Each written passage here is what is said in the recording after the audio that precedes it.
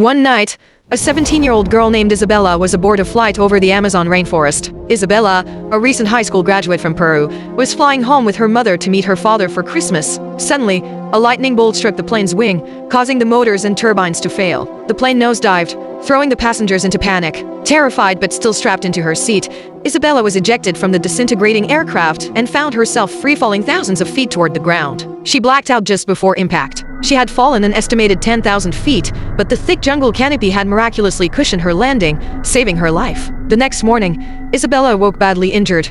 She had a concussion, a broken collarbone, a deep cut on her leg, a wound on her arm, and one eye was nearly blinded from burst capillaries. For half a day, the concussed teen could barely stand. Wearing only a light dress and one sandal, she began to search for help. She found no other survivors, but after a day of searching, she found a creek. She followed it for about 3 days until it led her to a river. There, she found a devastating sight.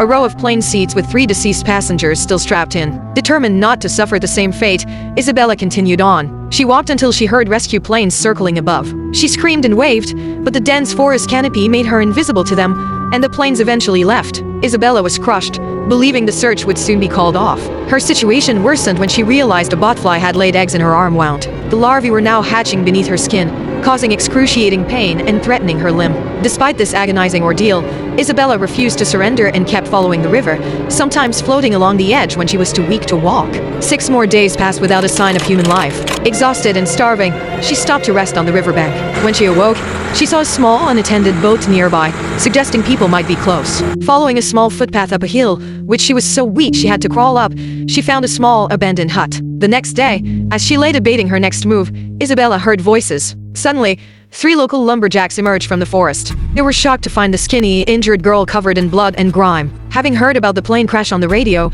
they believed her incredible story. After 11 days lost in the Amazon following her impossible freefall from the plane, Isabella had found help.